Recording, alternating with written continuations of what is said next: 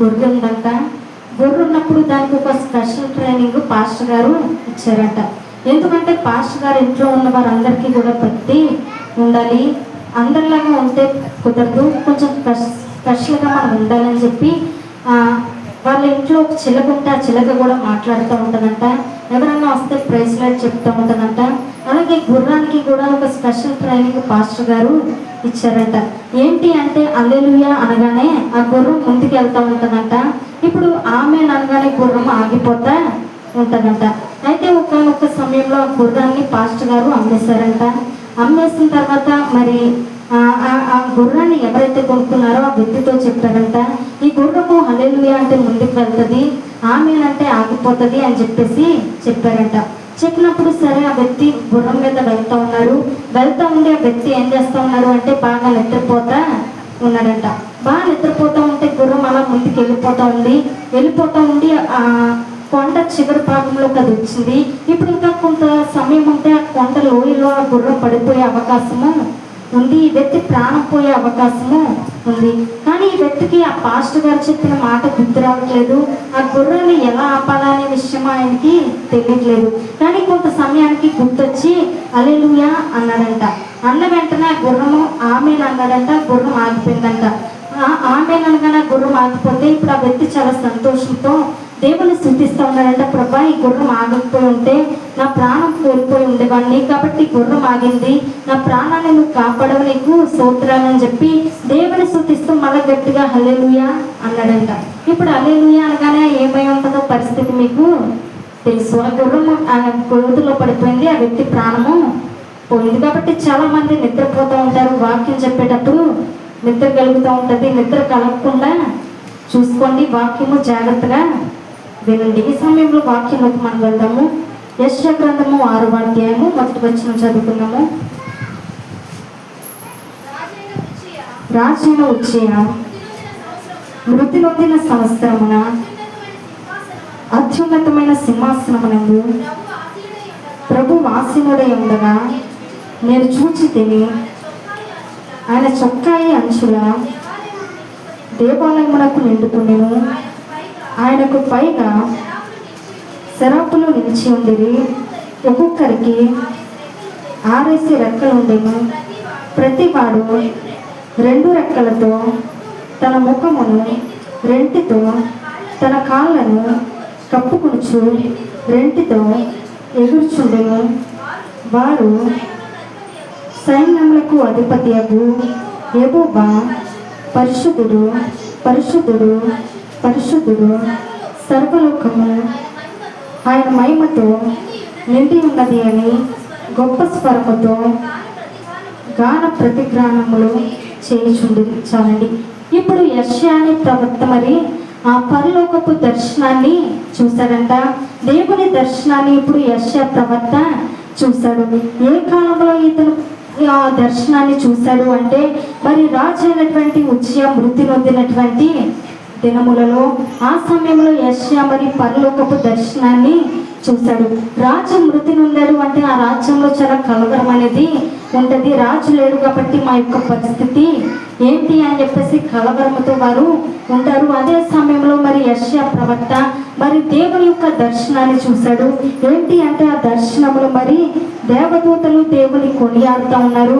పరిశుద్ధుడు, పరిశుద్ధుడు, పరిశుద్ధుడు, సర్వలోకం ఆయన మహిమతో నిండి ఉన్నది అని చెప్పి దేవదూతలు మరి ఆయన్ని కొనియాడము యెషయా ప్రవక్త చూస్తూ ఉన్నాడు. ఇప్పుడు వారు ఎలా మన పై అధికారులు ఉన్నప్పుడు పై అధికారుల మీద మన దృష్టి అనేది ఉంటుంది, వారి మీద మనము దృష్టి నిలుపుతా ఉంటాము.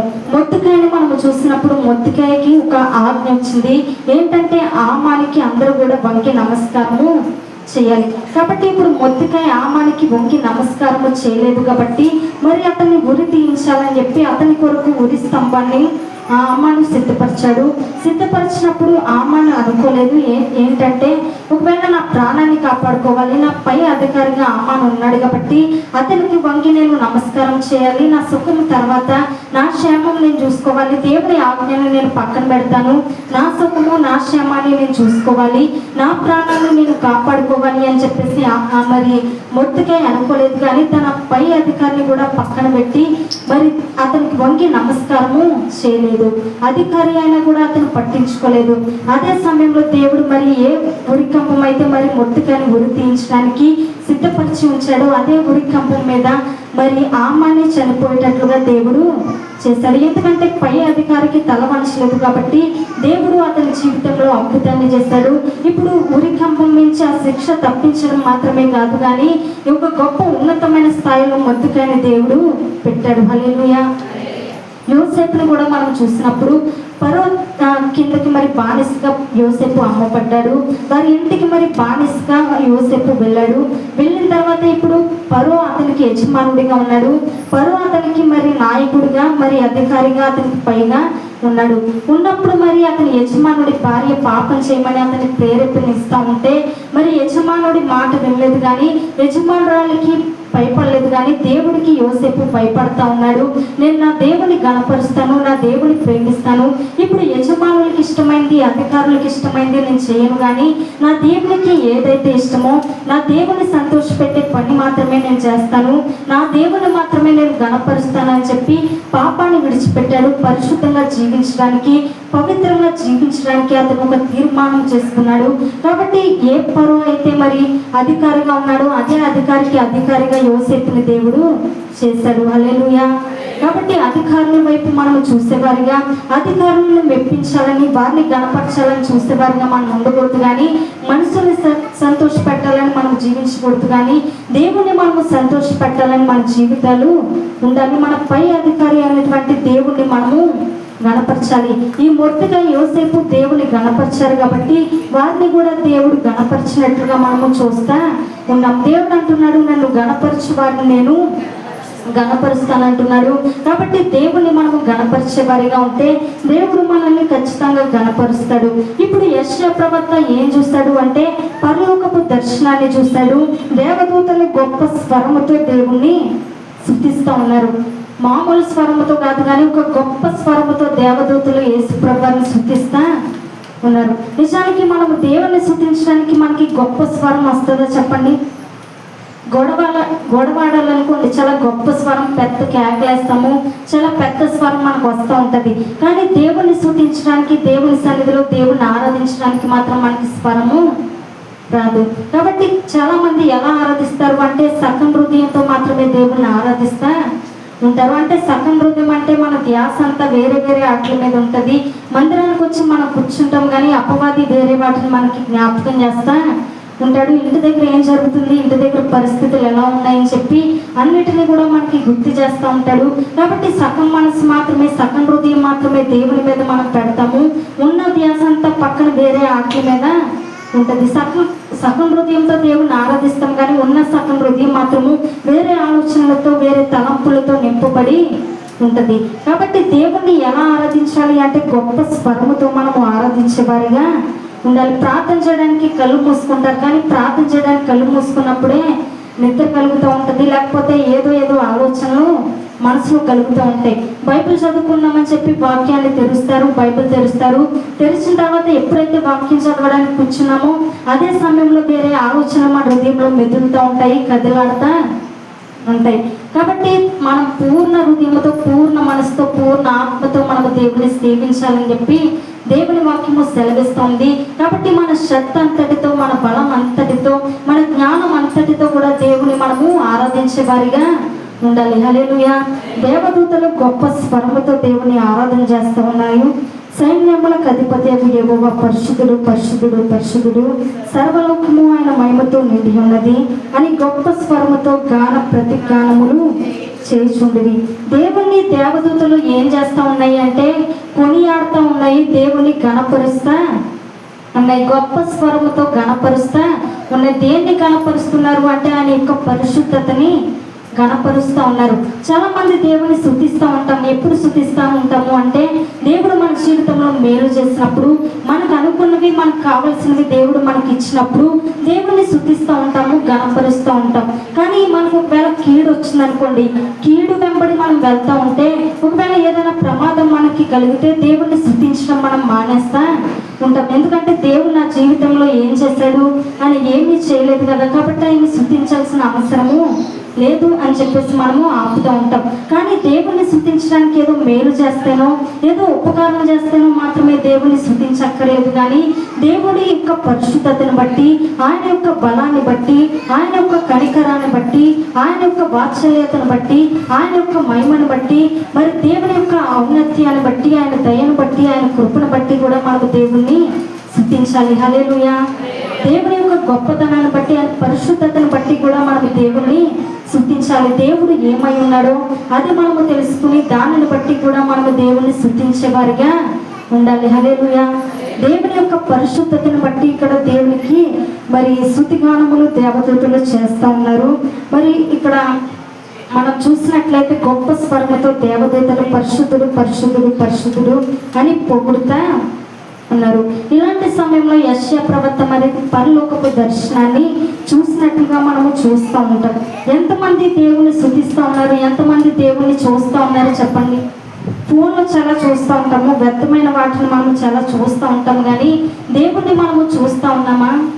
దేవుని మహిమను మనము చూస్తూ ఉన్నామా? చాలా మంది ఫోన్లో చాలా చూస్తూ ఉంటారు, రీల్స్ అలా చూస్తూ ఉంటారు. ఫోన్లో వ్యర్థమైన వాటిని చూడడానికి సమయాన్ని హెచ్చిస్తారు, ఎంతో సమయం దాని కొరకు వృధా చేస్తా ఉంటారు. కానీ ఆ సమయం నీ జీవితాన్ని కట్టుకోవడం కొరకు, నీ భవిష్యత్తు కొరకు, నీ బ్రతుకు కొరకు నువ్వు హెచ్చిస్తే నీ జీవితాన్ని నువ్వు కట్టుకోవడానికి ఆ సమయం ఎంతగానో నీకు ఉపయోగపడుతుంది. కానీ ఆ సమయం వ్యర్థమైన వాటి కొరకు హెచ్చిస్తూ ఉంటారు. దేవుని చూడటం పక్కన పెట్టి దేవుని మీద నుంచి మన దృష్టిని తీసుకుని వెళ్ళి లోకంలో ఉన్న వ్యర్థమైన వాటిని మనము చూస్తా ఉంటాము.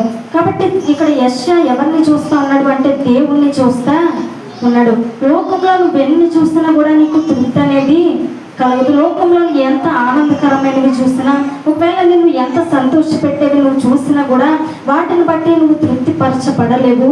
పైగా నువ్వు వ్యర్థమైన వాటిని చూడటాన్ని బట్టి, ఫోన్లో వ్యర్థమైన దృశ్యాలను చూడటం బట్టి నీ మనసు చెడిపోతుంది, నీ హృదయము చెడిపోతుంది, నీ బ్రతుకు కూడా చెడిపోతుంది. నువ్వు చూస్తే ఆ కార్యాలు నేను చెడగొడతా ఉంటుంది. కానీ నీకు అవేవి కూడా లోక సంబంధమైనవి ఏవి కూడా నీకు తృప్తినివ్వలేవు, ఏవి కూడా నేను తృప్తి పరచలేవు. కానీ నువ్వు దేవుణ్ణి చూసినప్పుడు, దేవుని మహిమని చూసినప్పుడు నీకు తృప్తి కలుగుతూ ఉంటుంది. హల్లెలూయా.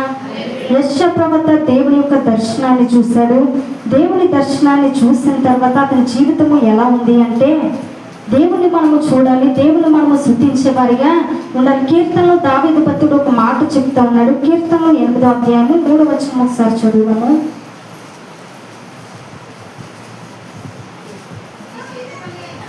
నీ చేతి పని అయినా నీ ఆకాశములను నీవు కలుగు చేసిన చంద్ర నక్షత్రములను నేను చూడగా నీవు మనుషుల్ని జ్ఞాపకము చేసుకున్నటకు వాడేపాటి వాడు, నీవు నరపుత్రుల్ని దర్శించుటకు వాడేపాటి వాడు.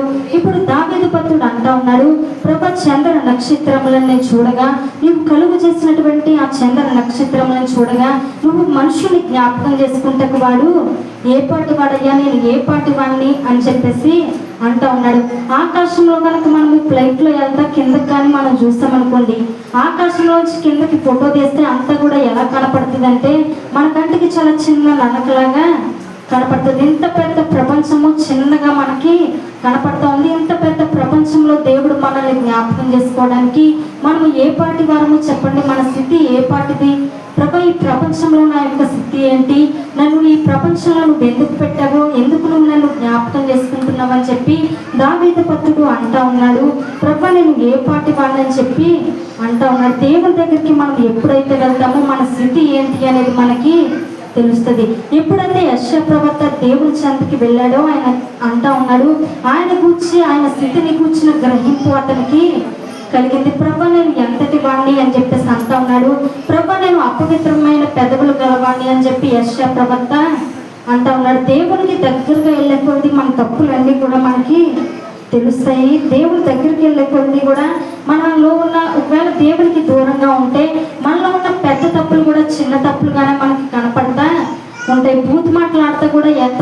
ఇది చిన్న పని కదా, చిన్న తప్పే కదా అని చెప్పేసి అంటూ ఉంటారు. కానీ దేవుడికి ఎప్పుడైతే దగ్గరగా వెళ్ళామో అప్పుడు మనకి చిన్న తప్పులు కూడా పెద్ద తప్పులుగా కనపడుతూ ఉంటాయి. ఎవరినైనా ఒక మాట అన్నాం అనుకోండి, ఇప్పుడు అది మనకి చాలా పెద్ద మాటలు కనపడుతూ ఉంటుంది.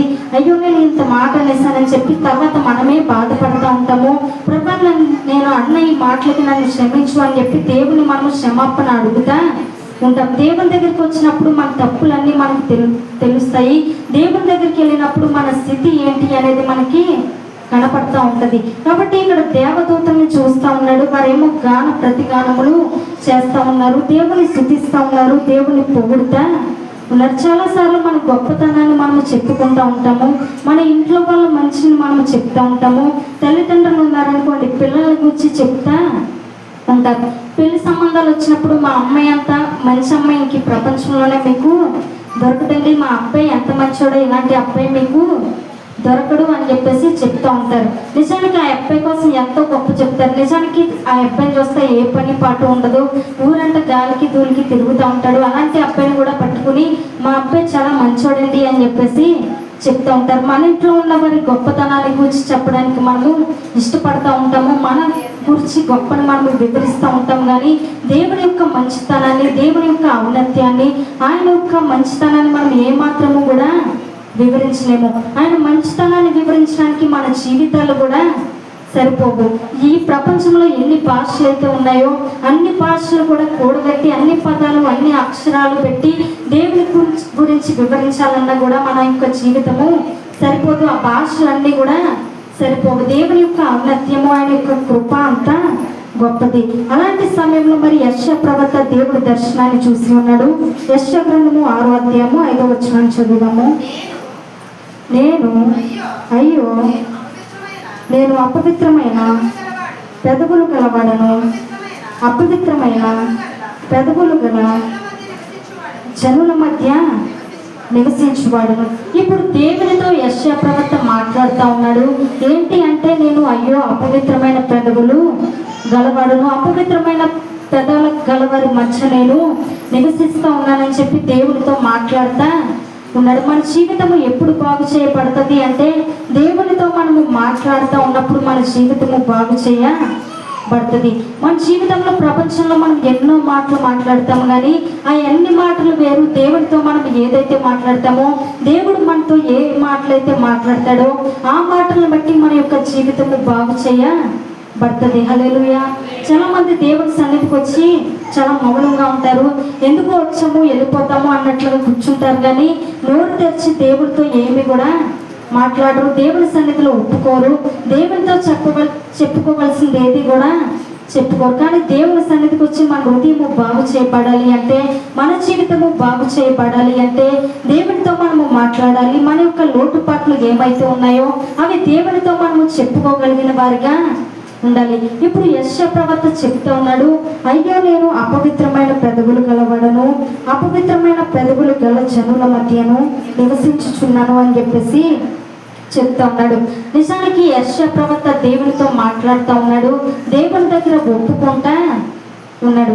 చాలా మంది ఎలా ఉంటారు అంటే, యెషయా ప్రవక్తే దేవుని మాటల చేత నింపబడిన వ్యక్తే, కానీ నేను చాలా బాగున్నాను, నేను చాలా కరెక్ట్గా ఉన్నాను అని చెప్పి ఆ వ్యక్తి అనుకోవట్లేదు. కానీ నేను అపవిత్రమైన పెదవులు గలవాడును అని చెప్తా ఉన్నాడు. చాలా మంది ఎలా ఉంటారు అంటే, నేను చాలా బాగున్నాను అని చెప్పేసి అంటూ ఉంటారు. సేవకులు అడిగారు అనుకోండి, ఎలా ఉన్నావు బాబు, ఆత్మీయ జీవితంలో ఎలా ఉన్నావు అంటే, పర్లేదండి చాలా బాగున్నాను అని చెప్పేసి అంటూ ఉంటారు. రక్షణ పొందేవా బాబు అంటే, చూద్దామండి, రక్షణ కదా, ఇప్పుడప్పుడే కంగారు లేదు, తర్వాత చూద్దాము అన్నట్లుగా ఉంటారు. కానీ రక్షణ విషయంలో నువ్వు మార్పు చెందాలి. నీ ఆత్మీయ జీవితం ఎలా ఉంది అనేది నువ్వు గమనించుకోగలిగిన వ్యక్తిగా ఉండాలి. కాబట్టి యెషయా ప్రవక్త గమనించుకున్నాడు.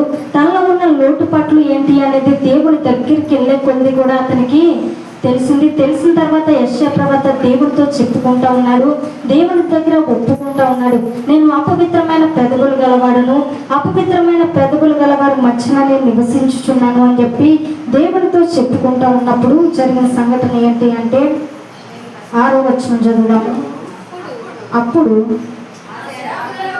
ఆ సేరేపులలో ఒకడు తాను బలిపీఠము మీద నుండి కారుతో తీసిన నిప్పును చేత పట్టుకుని నా యుద్ధకు ఎగిరి వచ్చి నా నోటికి దాన్ని తగిలించి, ఇది నీ పెదవులకు తగిలిను గనుక నీ పాపములకు ప్రాయశ్చిత్తమాయను, నీ దోషము తొలగిపోయినని. చాలండి. ఇప్పుడు యెషయా ప్రవక్త ఒప్పుకున్నాడు, దేవుని చెంతకు వచ్చాడు.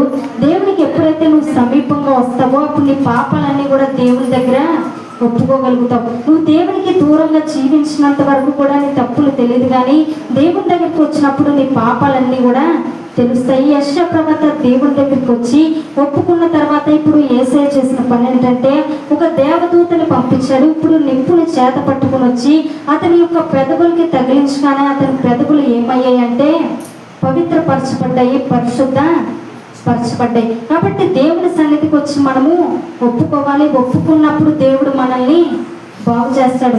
డాక్టర్ గారి దగ్గరికి వెళ్ళి మన సమస్య ఏంటి అనేది చెప్పుకుంటేనే దానికి మందులు మనకి ఇస్తాడు. అంతేగాని డాక్టర్ గారి దగ్గరికి వెళ్ళి ఏమీ లేదండి అంతా బాగానే ఉంది అంటే, అయితే ఎందుకు వచ్చే బాబు వెళ్ళిపో అని చెప్పేసి అంటాడు. మన సమస్య మనం చెప్తేనే మనల్ని బాగు చేస్తాడు. కాబట్టి దేవుని సన్నిధికి మనం వచ్చినప్పుడు దేవుని సన్నిధిలో మనం మౌనంగా ఉంటే ప్రయోజనం ఏమీ లేదు, కానీ దేవుని సన్నిధిలో మన యొక్క తప్పుల్ని మనము ఒప్పుకోవాలి. నోరు తెరిచి దేవుడితో మాట్లాడాలి.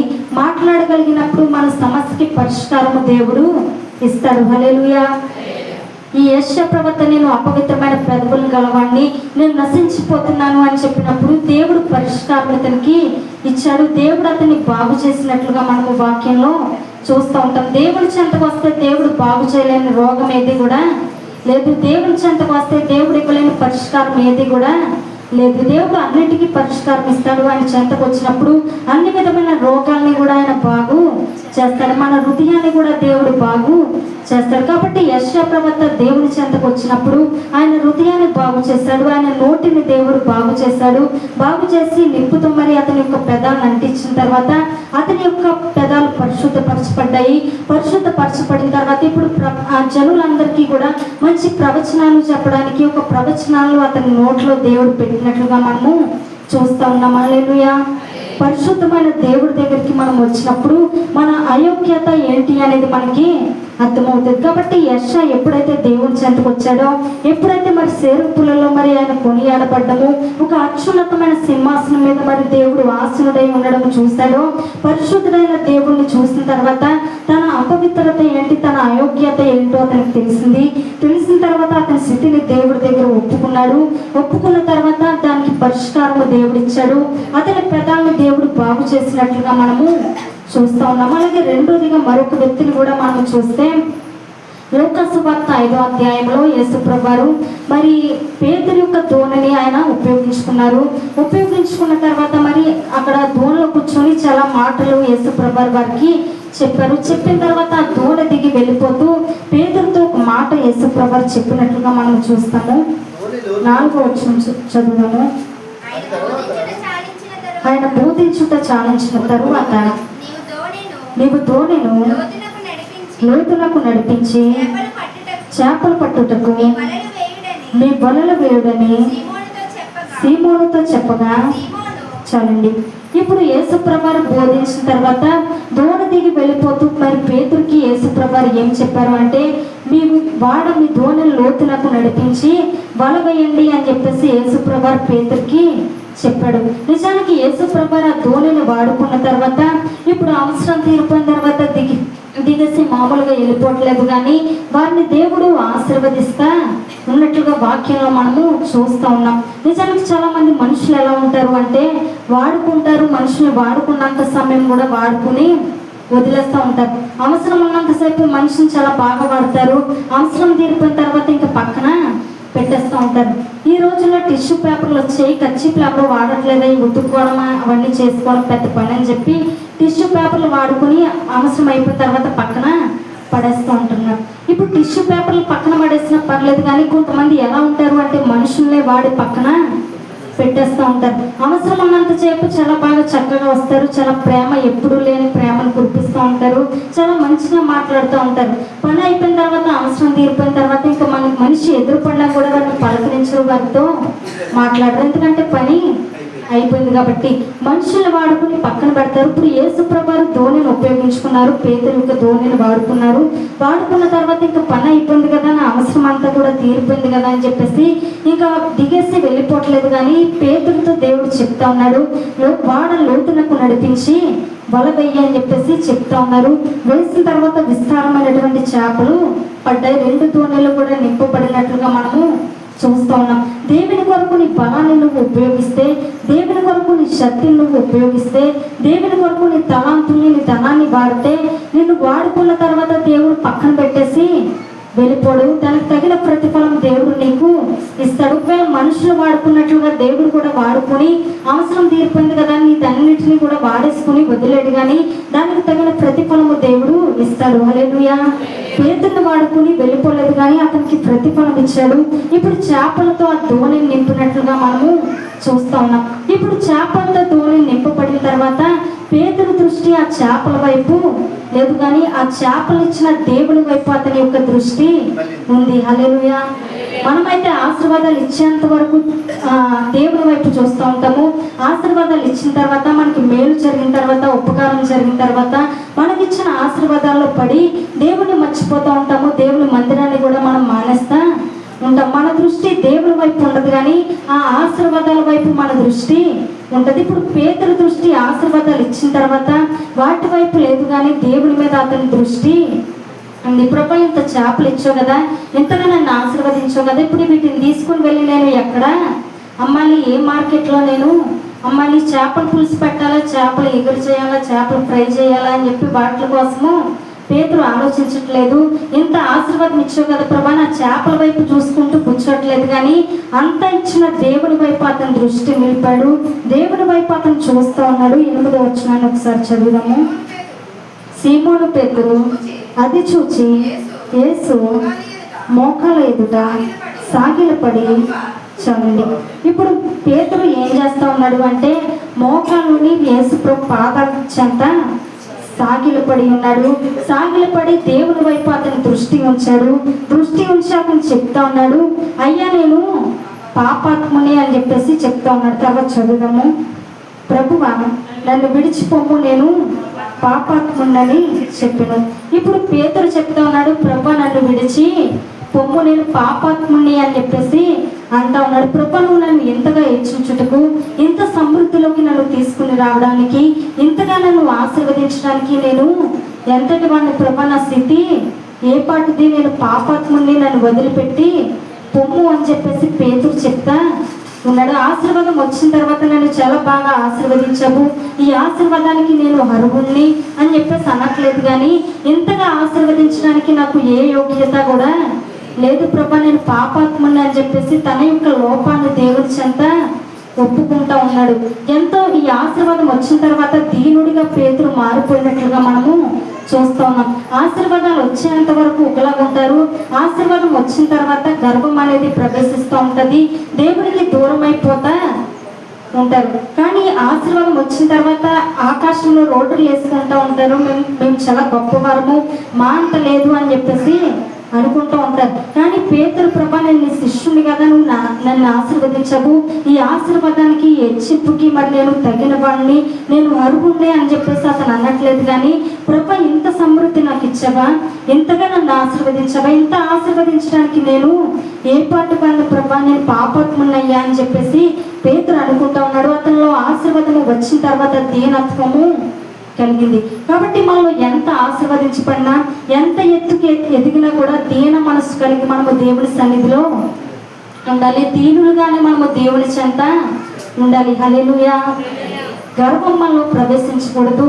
ఒక ఎత్తుకి మనం ఎదిగిన తర్వాత మనము ఇంకా ఎవరో అవసరం లేదన్నట్లుగా, దీనికి నేను అర్హుణ్ణి అర్హురాల్ని అన్నట్లుగా మనం ఉండకూడదు, కానీ దేవుని చెంత మనము తగ్గించుకుని దీన మనసు కలవారిగా మనము ఉండాలి. అలాంటి వారి మీద దేవుని దృష్టి ఉంటుంది. కాబట్టి మనం ఇంకో వ్యక్తిని చూసినట్లయితే 2వ సమూయేలు గ్రంథము 7వ అధ్యాయము 1వ వచనాన్ని చదువుదాము. 7వ అధ్యాయము 1వ వచనం. యెహోవా నలుదిక్కుల అతన్ని శత్రువుల మీద అతనికి విజయం ఇచ్చి అతనికి నెమ్మది కలుగ చేసిన తరువాత రాజు తన నగరి యందు కాపురం ఉండి నాతానును ప్రవక్తను పిలువనంపి చాలమ్మ. ఇప్పుడు మనం ఇక్కడ దావీదు ప్రవర్తన చూస్తున్నట్లయితే అతనికి నెమ్మది కలిగిన తరువాత ఇప్పుడు నాతాను ప్రవర్తనని పిలిపించి ఇప్పుడు అతను చెప్తా ఉన్నాడు, నేనైతే నెమ్మది పొందాను, నాకైతే క్షేమం ఉంది, కానీ దేవుని కొరకు నేను మందిరం కట్టాలని చెప్పేసి అనుకుంటున్నాను అని నాతాను ప్రవర్తనతో చెప్పాడు. ఇప్పుడు అతనికి సుఖం వచ్చిన తర్వాత, అతనికి క్షేమం వచ్చిన తర్వాత, అయ్యో నా జీవితానికి నెమ్మది కలిగింది, ఎన్నో యుద్ధాలు చేసిన తర్వాత, ఎన్నో శ్రమలు అనుభవించిన తర్వాత, మరి నా మామ అయినటువంటి సౌలు చేత మరి కొండల్లోనూ లోయల్లోనూ ఎడారుల్లోనూ తిరిగిన తర్వాత ఎన్నో శ్రమల తర్వాత దేవుడు నాకు జయాన్నిచ్చాడు, ఎన్నో శ్రమల తర్వాత దేవుడు నాకు నెమ్మది ఇచ్చాడు, ఇప్పుడు నాకైతే సుఖం ఉంది, నాకైతే నెమ్మది ఉందని చెప్పి అతని యొక్క నెమ్మదిని, అతని యొక్క సుఖాన్ని చూసుకోవట్లేదు, కానీ దేవుని మందిరాన్ని ప్రేమించే వ్యక్తిగా దావీదు మనకి కనపడతా ఉన్నాడు. ఎంత హెచ్చింపబడినా, ఎంత ఉన్నతమైన స్థాయికి వెళ్ళినా కూడా అతని జీవితంలో మరి తగ్గింపు అనేది ఉంది. దీన మనసు కలిగి దావీదు ఉన్నాడు. దేవుని ప్రేమించే వ్యక్తిగా, దేవుని గణపరిచే వ్యక్తిగా దావీదు మనకి కనపడతా ఉన్నాడు. హల్లెలూయా. ఎంత ఆశీర్వదించబడినా కూడా తగ్గింపు అతనికి కలిగి ఉంది. కాబట్టి అందుకే మరి దావీదు దేవునికి హృదయానుసారుడిగా మార్చబడ్డాడు. ఎందుకంటే మరి దావీదు దేవుని గణపరిచాడు కాబట్టి, మరి ఆయనను గణపరిచే వారిని ఆయన కూడా గణపరుస్తాడు కాబట్టి, మరి దావీదును దేవుడు ఎంతగానో గణపరిచినట్లుగా మనము చూస్తూ ఉంటాం. ఉన్నతమైన స్థాయికి వెళ్ళిన తర్వాత, అయ్యా నన్ను గొర్రెలు కాచుకుంటే నన్ను ఎక్కడ ఉన్నటువంటి నన్ను తీసుకుని వచ్చి ఉన్నతమైన స్థాయిలో పెట్టవు, నేను ఎంతటి వాడిని అని చెప్పి దావీదు అంటా ఉన్నాడు. 18వ వచనం చదువుదాము. దావీదు రాజు లోపల ప్రవేశించి యెహోవా సన్నిధిని కూర్చుండి ఇలాగున మనవి చేసెను, నా ప్రభువా యెహోవా, ఎంతగా నీవు నన్ను హెచ్చించుటకు నేనెంతటి వాడను, నా కుటుంబము ఏ పాటిది. ఇప్పుడు దావీదు అంటా ఉన్నాడు, ప్రభా ఇంతగా నువ్వు నన్ను హెచ్చించుటకు నేను ఎంతటి వాడను, నా కుటుంబము ఏ పాటిది అని చెప్పేసి ఎంతగానో తగ్గించుకుని, ఒక ఉన్నతమైన స్థాయిలో ఉన్నా కూడా తగ్గించుకుని ఉంటున్నాడు. ప్రభా ఎక్కడో కొండ మీద నేను గొర్రెలు కాచుకునేవాడిని, నా తండ్రికి కూడా నేనంటే లెక్కలేదు, నన్ను తీసుకుని వెళ్ళి నువ్వు ఎందుకు పనికిరావు, ఈ గొర్రెలు మాత్రమే కాచుకోవడానికి నువ్వు సరిపోతావని చెప్పి నన్ను గొర్రెలు కాయడానికి నా తండ్రి కూడా పెట్టాడు. ఎక్కడో మూలని ఎవరికి తెలియని నన్ను అందరికీ తెలిసేటట్లుగా నువ్వు నన్ను చేస్తావు, ఎక్కడ ఉన్న నన్ను బయటకు తీసుకుని వచ్చి ఎక్కడో చిన్న స్థలంలో ఉన్న నన్ను అందరికీ కనిపించేలా పైన పెట్టావు, ఇంతగానో నన్ను హెచ్చించుటకు నేను ఏ పాటి వాడిని చెప్పి తగ్గింపు కలిగిన జీవితము దావీదు చేస్తా ఉన్నాడు. కాబట్టి దేవుని సన్నిధిని ప్రేమించే వ్యక్తిగా ఉన్నాడు, దేవుని చెంత తగ్గించుకునే వ్యక్తిగా ఉన్నాడు. ఇప్పుడు మనం చూసినట్లయితే యెషయా ప్రవక్త దేవుని దగ్గరికి వచ్చినప్పుడు అతనిలో ఉన్న బలహీనత ఏంటి, అతనిలో ఉన్న లోటు ఏంటో అతనికి తెలిసింది. ఇప్పుడు పేదరికి కూడా ఆశీర్వాదాలు ఇచ్చిన తర్వాత అతని యొక్క బలహీనత తెలిసింది. అయ్యో నేను పాపాత్ముని అని చెప్పి చెప్పాడు, ఒప్పుకున్నాడు. తర్వాత మరి దావీదును చూసినప్పుడు దావీదు కూడా ప్రభు ఎంతగానో నన్ను హెచ్చించుటకు నేను ఏ పాటి వాడిని అని చెప్పేసి చెప్పాడు. మొట్టమొదటిగా మనం ధ్యానం చేస్తాము, దేవుడు పరిశుద్ధమైన వాడు అని ధ్యానం చేస్తాము. రెండోదిగా మనం చూసినట్లయితే దేవుడి యొక్క హస్తము మన జీవితాల్లో ఎలాంటి కార్యాలను చేస్తుంది అని చెప్పేసి మనం చూద్దాము. కీర్తనలు 118వ కీర్తన 15వ వచనాన్ని చదివాము. కీర్తనలు 118:15. నీతిమంతుల గుడారములలో రక్షణ కూర్చిన ఉత్సాహ సునాదము వినపడును, యెహోవా దర్శనాస్తము సాహస కార్యములను చేయు. దేవుని హస్తము ఎలాంటి కార్యాలు చేస్తుంది అంటే సాహస కార్యాలను చేస్తుందంట. మనుషుల చేతులు ఎలా ఉంటాయంటే చాలా బలహీనంగా మనుషుల యొక్క చేతులు ఉంటాయి. ఏదైనా పట్టుకున్నాం అనుకోండి, గాజు వస్తువు ఏదైనా పట్టుకుంటే చేజారి కింద పడిపోతుంది. పిల్లలకి గాజు వస్తువులు ఇస్తే కింద పడేస్తారని తల్లికి తెలుసు. కాబట్టి గాజు వస్తువులు ఏమీ కూడా పిల్లలకి ఎవరు. కొంతమంది హస్తాలు ఎలా ఉంటాయి అంటే చేతితో ఏది పట్టుకున్నా కూడా చేయి వణుకుతూ ఉంటుంది, చేయి మరి సాక్ష్యం చెప్పాలన్నా కూడా చేయి వణుకుతూ ఉంటుంది, మైక్ పట్టుకోవాలంటే చేయ వణుకుతూ ఉంటుంది. మనుషుల చేతులు ఎలాంటి చేతులు అంటే బలహీనమైన చేతులు, కానీ దేవుని చేతులు చూస్తే బలమైనటువంటి చేతులు. హల్లెలూయా. దేవుని హస్తాలు, ఆయన దర్శన హస్తాలు ఎలాంటివి అంటే బలమైన కార్యాలు, సాహస కార్యాలు చేస్తాయి. దేవుని హస్తాలు మన పట్ల బలమైన కార్యాలు చేయడానికి ఆయన హస్తాలు మనకి ఉపయోగపడతా ఉంటాయి. మరి దావీదు చేతిలో రాయి ఉన్నప్పుడు ఆ రాయిని విసిరిన తర్వాత ఆ రాయి ఎక్కడికి వెళ్ళిందంటే గొలియాతు యొక్క నుదుటికి రాయి వెళ్ళింది. అది ఒక బలవంతుడి చేతిలో ఉంది కాబట్టి ఆ రాయి ఉపయోగించబడింది. అదే రాయి ఒకవేళ పిచ్చోళ్ళ చేతిలో ఉందనుకోండి, పిచ్చోళ్ళ చేతిలో ఉంటే ఆ రాయితో మనుషుల్ని కొడతారు. దానివల్ల లాభం కాదు కానీ నష్టము కలుగుతూ ఉంటుంది. కాబట్టి మన జీవితము దేవుని చేతిలో ఉంటే ఆయన గొప్ప కార్యాలు చేస్తూ ఉంటాడు. మన జీవితం ఆయన చేతిలో ఉంటే ఉపయోగం అనేది ఉంటుంది. దేవుని హస్తము ఎలాంటి హస్తం అంటే సాహస కార్యాలు చేసేటటువంటి హస్తం. కాబట్టి నీ జీవితాన్ని దేవుని చేతిలో పెడితే సాహస కార్యాలు నీ జీవితంలో దేవుడు చేస్తాడు. కానీ కొంతమంది దేవుని హస్తాలకి జీవితాలు అప్పగించడానికి చాలా భయపడతా ఉంటారు. ఎందుకంటే దేవుని చేతిలో నా జీవితం పెట్టేస్తే ఇంకా నా ఇష్టం చేసుకోవడానికి ఉండదు. దేవుని చేతిలో పెడితే ఆయన ఎలా నడిపిస్తాడో ఏం చేస్తాడో అని చెప్పి భయం కలుగుతూ ఉంటుంది. కానీ దేవుని చేతిలో నీ జీవితం పెడితే నీకు నష్టం ఏమీ ఉండదు. కానీ ఒక అద్భుతమైన విధానంలో, అద్భుతమైన రీతిలో, ఒక ఆశ్చర్యకరమైన విధానంలో దేవుడు నీ జీవితాన్ని నడిపిస్తాడు. హల్లెలూయా. దేవుని హస్తాలు మన పట్ల సాహస కార్యాలు చేసే హస్తము. దేవుని హస్తంలో మనల్ని చెక్కుకున్నాడు. చూడుము నా అరచేతుల్లో నేను చెక్కుకుని ఉన్నాడు. దేవుని హస్తాల్లో మనల్ని చెక్కుకున్నాడు. మనల్ని ఏదో కాళ్ళ కింద పాదాల కింద మనల్ని పెట్టలేదు, కానీ ఆయన చేతిలో మనల్ని పెట్టుకున్నాడు. ఆయన అరచేతుల్లో దేవుడు మనల్ని చెక్కుకుని ఉన్నాడు. హల్లెలూయా. యెషయా గ్రంథము 51వ అధ్యాయము 16వ వచనాన్ని చదువుదాము. నేను ఆకాశములను స్థాపించినట్లును భూమి పునాదులను వేయునట్లును నా జనము నీవే అని సీయోనుతో చెప్పినట్లును నీ నోట నా మాటలు ఉంచి నా చేతి నీడలో నిన్ను కప్పి ఉన్నాను. మొదటిగా దేవుని హస్తము ఎలాంటి కార్యాలు చేస్తుంది అంటే మన జీవితంలో సాహస కార్యాలు చేస్తుంది అని చెప్పి చెప్పుకున్నాం. రెండోదిగా దేవుని హస్తము ఏం చేస్తుంది అంటే తన చేతి నీడలో మనల్ని కప్పుతుందంట. కోడి పిల్లల్ని గెద్దొచ్చి పట్టుకుపోతుంది అనుకోండి, ఇప్పుడు రెక్కలతోటి పిల్లల్ని తల్లి కప్పుతూ ఉంటుంది. ఎలా కోడి తన పిల్లల్ని తన రెక్కల కింద మరి గెద్ద పట్టుకుపోకుండా ఎలా అయితే కప్పుతుందో దేవుడు కూడా తన హస్తాల కింద దేవుడు మనల్ని కప్పుతాడు, భద్రపరుస్తాడు. ఒకవేళ ప్రమాదాలు మన జీవితంలోకి వస్తున్నాయని తెలిసినప్పుడు ఆ ప్రమాదాలు రాకుండా దేవుడు మనల్ని కప్పుతాడు. రోజంట హిమాలయాల్లో ఒక తల్లి బిడ్డ ఉన్నారట. చలికి ఇప్పుడు ఇద్దరు కూడా చాలా గట్టగట్టుకుపోతూ ఉన్నారు. అలాంటి సమయంలో తల్లి అనుకుందంట, ఒకవేళ ఈ చలికి నేను చనిపోయినా పర్లేదు, నా ప్రాణం పోయినా పర్లేదు, నా బిడ్డను మాత్రం నేను కాపాడతాను, నేను ఎలాగో చనిపోతాను. ఒకవేళ చలితో ఉంటే ఇద్దరము చనిపోతాము, ఇద్దరు చనిపోవడం ఎందుకు, నా బిడ్డ బ్రతకాలని చెప్పి తన రెక్కలు బిడ్డ కప్పి గట్టిగా పట్టుకుందంట. పట్టుకున్న తర్వాత ఇప్పుడు ఎప్పుడైతే తల్లి తన రెక్కల కింద బిడ్డను కప్పిందో ఇప్పుడు బిడ్డ క్షేమంగా ఉంది, బ్రతుకుంది. కానీ ఆ చలికి తల్లి మాత్రము చనిపోయిందంట. నిజానికి బిడ్డ బ్రతకడానికి కారణం ఏంటి?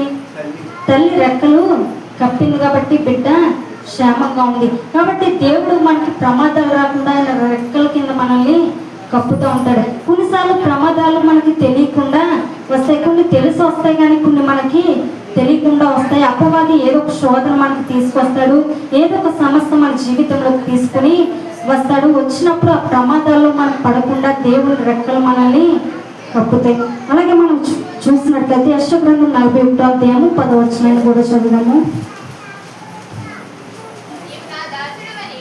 మధ్య భాగం నుండి చదువుదాము.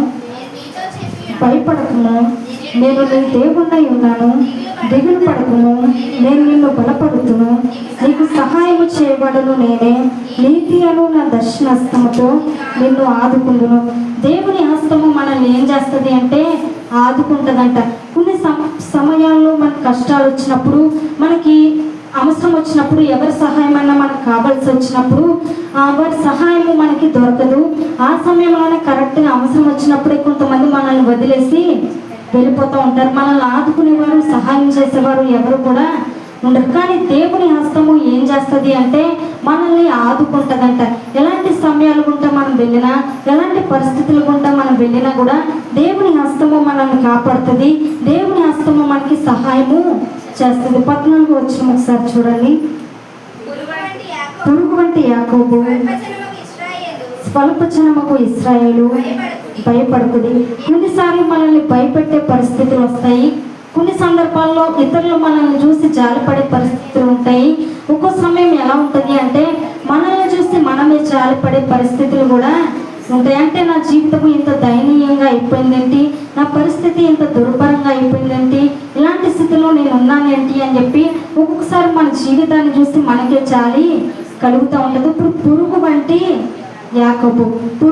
యాకోబు అంటే అతని జీవితము పురుగులా అయిపోయింది. పురుగు కాళ్ళ కింద వేసి తొక్కేమనుకోండి, పురుగు పచ్చడే అయిపోతుంది.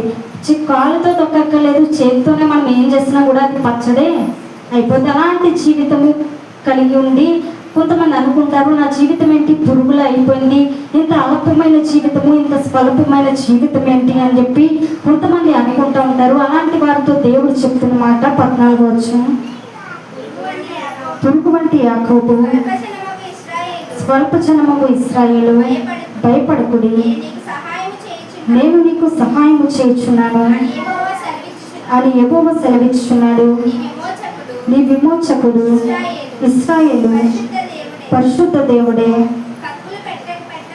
కక్కులు పెట్టబడి పదులు గల కొత్తదైన నురిపిడి మానుగా నేను నియమించి ఉన్నాను. చూడండి, దేవుడు పురుగు వంటి యాకోబుని ఎలా నియమిస్తాడు అంటే మరి నురిపిడి పెట్టబడినటువంటి మానుగా దేవుడు నియమిస్తానని దేవుడు చెప్తా ఉన్నాడు.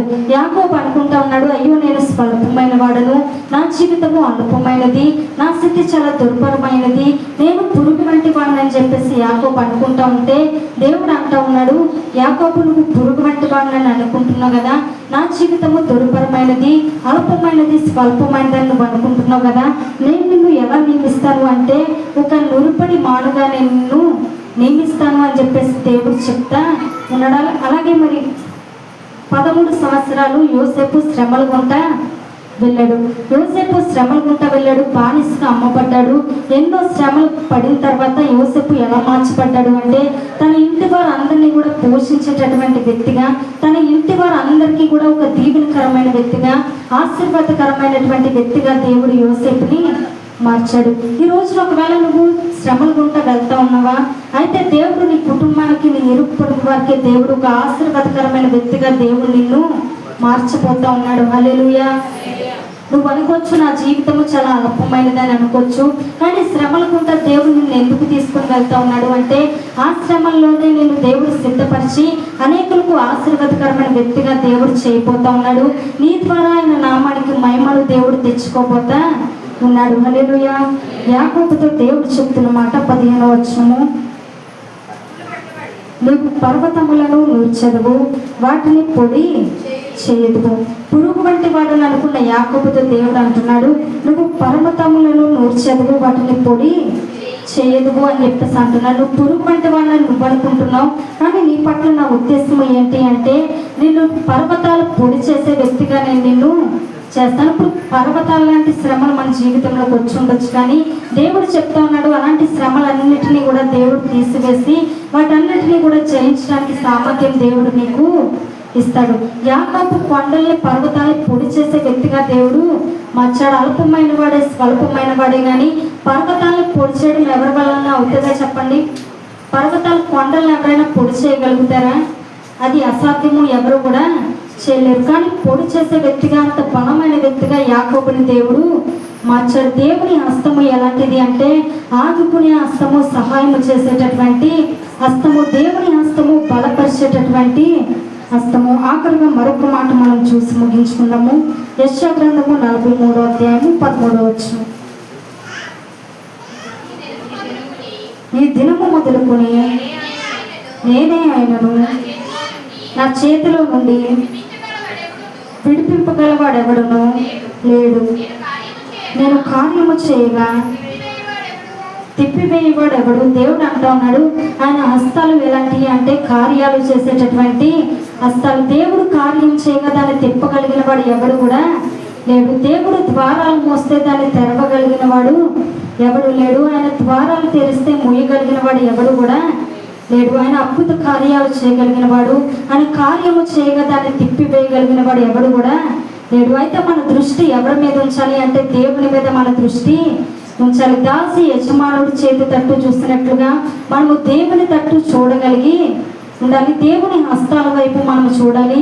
మన దృష్టి ఎవరి మీద ఉండాలి అంటే దేవుని మీద మన దృష్టి ఉండాలి. మనకి సహాయం చేసేవాడు ఎవరు అంటే దేవుడు మాత్రమే మనకి సహాయం చేయవాడు. కొండల తట్టు నా కన్నులు ఎదుచున్నాను, నాకు సహాయము ఎక్కడి నుండి వచ్చిన యెహోవానే నాకు సహాయము కలుగును. మనకి సహాయం చేయవాడు ఆయన. కొందరు రథములను బట్టి గుర్రములను బట్టి అతిశయపడతారు. నేనైతే మన దేవుడైన యెహోవాను బట్టి అతిశయపడతాం. మనకి సహాయం చేయవాడు ఆయనే, మనల్ని ఆదుకునేవాడు ఆయనే కాబట్టి ఆయన వైపు మన దృష్టి ఉంచాలి. యెషయా ప్రవక్తని చూస్తాము. ఆయన అపవిత్రతని ఒప్పుకున్నాడు. అయ్యో నేను అపవిత్రమైన పెదవులు గలవాడును అని చెప్పి ఒప్పుకున్నాడు. అలాగే పేతును చూసినప్పుడు ఆయన కూడా పాపాత్ముని అని చెప్పి ఒప్పుకున్నాడు. దావీదు కూడా ప్రభు ఇంతగా నువ్వు నన్ను హెచ్చించుటకు నేను ఏ పాటు వాడిని అని చెప్పి ఒప్పుకున్నాడు. దేవుని పరిశుద్ధతని గురించి మనం తెలుసుకునే వారిగా ఉండాలి. దేవుని చెంతకు వచ్చి మనం ఒప్పుకునే వారిగా ఉండాలి.